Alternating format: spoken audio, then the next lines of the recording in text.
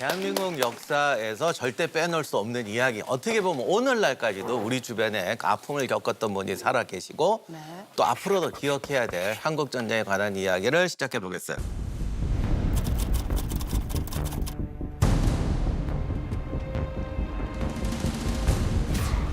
임시 뉴스를 말씀드리겠습니다.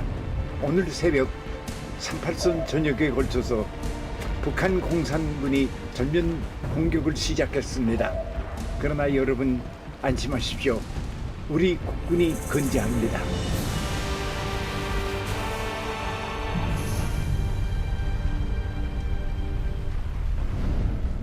조금 우리가 잘 모르는 전략 전술적 차원과 중요한 역사적 교훈이라는 부분을 중점으로 해서 살펴보도록 하겠어요. 첫 번째 챕터는 운명의 3일.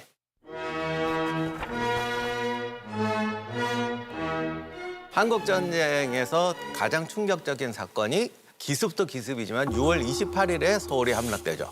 단 3일 만에 함락이 됩니다.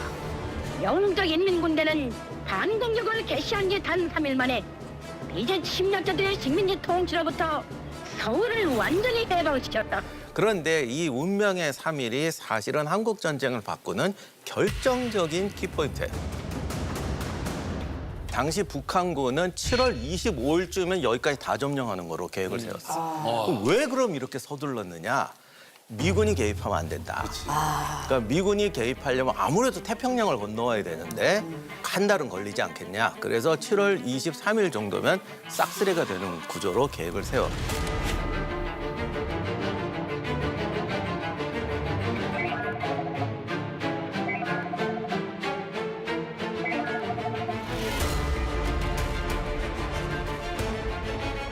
그래서 여기서 이제 제일 중요한 게 서울을 3일 만에 점령한다는 거였어요. 그런데 중요한 건 3일이란 숫자가 아니에요. 여기를 뚫고 내려와서 서울을 3일 만에 점령하는 걸로 끝나는 게 아니라 여기 있는 국군 병력을 완전히 섬멸한다. 그게 제일 키포인트예요. 근데 왜 그러냐면 당시 우리나라 국군이 8개 사단인데 말만 8개 사단인지 뒤에 있는 4개 사단은 전투력이 50%도 안 돼. 그러니까 전방에 있는 4개 사단이면 거의 전투력의 70%야. 그럼 이거를 전멸시키면 그 뒤는 무인지격이니까 여기를 7월 24일 정도까지 다 점령한다는 것도 그냥 걸어가는 속도로 해결한다. 그러니까 여기서 국군 전투력을 사실상 괴멸시킨다는 작전이에요. 그래서 북한군 6사단이라고 있는데 얘네들은 전원이 팔로군 출신이었어요. 중국에서 공산당하고 국민당하고 국공 내전을 했잖아요. 그때 이제 중국 공산군을 팔로군이라고 했어요. 이 병사들은 실전을 해봤으니까 이 사람들을 이제 북한군으로 나중에 그냥 넘겨줘. 그런데 북한군의 절반 정도가 팔로군 출신이었어요. 경험이 그러니까 전투 경험이 뭐 이건 상상할 수 없는 거죠. 그다음에 6사단 같은 경우는 거의 전원이 팔로군 출신이에요. 그러니까 최강이라고 그랬죠. 최강이네. 그래서 가장 최강 사단을 김포 쪽으로 도강시켜가지고 이렇게 돌려서 영등포로 들어오게. 당시 한강을 건너는데 가장 중요한 게 여의도 마포나로 건너서 여의도 건너서 일로 넘어오는 거고 여기 한강 철교랑 이제 한강 인도교가 있어. 그러니까 이쪽도 중요하지만 여기가 중요하니까 이렇게 들어와서 여기를 막아버리는 거죠. 이렇게 되면 전방에 있던 국군이 내려와서 여기서 강과 북한군 6사단에 막혀서 여기서 완전히 섬멸되게 돼요. 이게 키포인트였어요. 그래서 북한군 6사단이 들어오는데 얘들이 영등포에 들어오기로 잡았던 날이 며칠일까? 7월 1일. 6월 30일. 26일이었어요. 하루 만에 20. 빈집터라고 생각하고 들어오는 거네. 정확한 지역인데 거의 빈집터이라고 생각해요. 그렇죠. 그러니까 전쟁 계획은 이렇게 잡으면 안 돼. 얘들도 사실은 서둘렀구나. 미국이라는 게 너무 이게 부담스러우니까. 그리고 사실 북한은 이미 46년도부터 소련에다 한국 침공하겠다고 계속 얘기를 하는데 소련이 계속 말려. 그랬다가 미국이 참전하면 어떡하냐. 이래서 계속 참전 안 한다 하다가 나중에는 뭐냐면 하기 전에 해치우면 되지 않냐. 그래서 이거를 계획을 들이밀려다 보니까 6월 26일 날까지 온다는 무리한 계획을 세웠던 거예요. 그다음에 이것만으로도 안심이 안 돼갖고 이제 유명한 여기 이제 한국군 6사단. 춘천 지역에 한국군 6사단을 2군단이 공격하는데 여기를 경멸하고 이렇게 돌아와서 수원까지 와서 두 번째 차단망을 만들기로 했었어요. 이게 들어오는 날이 6월 30일이었어요. 정말 찬란한 계획을 세요. 그렇게 해서 여기서 이제 개전이 시작되는데 당시에 이제 우리 국군의 전력에서 가장 중요했던 게 3분의 1이 외출 외박으로 빠져. 근데 이거를 자꾸 얘기하는데 이거보다 더 중요했던 것이 트럭, 차량, 공용화계라고 기관총 이런 거에 거의 절반을 술이 탄다고 또 다 빼버려요.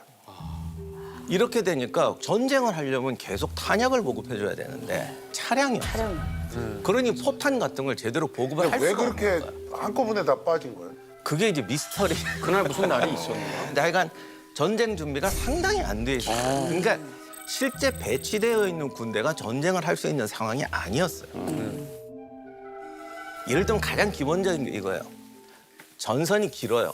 지금 우리 155마일 휴전선에 사단이 몇십 개가 있어요. 근데 당시 한국 전쟁 때 4개 사단밖에 없어요. 자, 그러면 이 넓은 길을 4개 사단이 어떻게 지키죠? 어떻게 다 해? 어차피 전선에 비해서는 적은 병력을 가지고 막아야 돼. 어떻게 막을까? 예비사단을 뒤에. 예비사단을 뒤에. 이게 전쟁 전문가 다 됐대요. 그래서 어떻게 하냐면 이렇게 배치하는 거예요. 그래서 만약에 일로 돌아 들어오면 얘네가 움직이면 안 돼. 얘네가 움직이면 요걸 기다렸다가 들어가요. 뒤에 있는 애가 막아줘. 병력이 2배라고 그래도 이쪽에 들어오고 이쪽에 들어오고 하나를 돌리면 뒤에 있던 애가 돌아가죠. 이쪽이 무너져서 후퇴를 했어. 그러면 후퇴를 한 다음에 적군이 내려오면 얘가 돌아가서 측면을 쳐. 이런 식으로 막는 게 병력의 효율성이에요. 병력이 적어도. 근데 우리는 그때 어떻게 배치했느냐. 이 배치가 아니고 이렇게 배치를 했어요. 에? 하나씩 빼고 들어. 야, 작전이 없었어. 심지어는 이렇게 한 다음에 옆으로 치면 이건 그냥 끝이에요. 그치, 그렇게 하면 안 돼. 그러니까 기본적으로 전쟁 준비가 잘못되어 있었어요. 그러니까 이런 상태에서 이제 내려오게 되는데 3일까지 오는 데는 성공을 하는데 이때에 앞에서 싸웠던 우리 국군 장병들이 도망도 치고 무너지기도 했지만 3분의 1 정도는 그냥 목숨을 걸고 막았어요. 정말로 1분을 버티기 위해서 생명을 버리면서 또 버틸 사람은 버티는 거예요. 그래서 여기를 목숨 걸고 막아가지고 북한군이 3일 안에 점령하긴 했는데 자기들 예상했던 것보다 손실이 거의 30% 이상이 더 나고 군대가 거의 탈진할 수준이 돼요. 그다음에 이제 결정적인 게 이제 하루 만에 와야 되는데 6월 27일에 미군이 참전을 결정해버립니다. 와.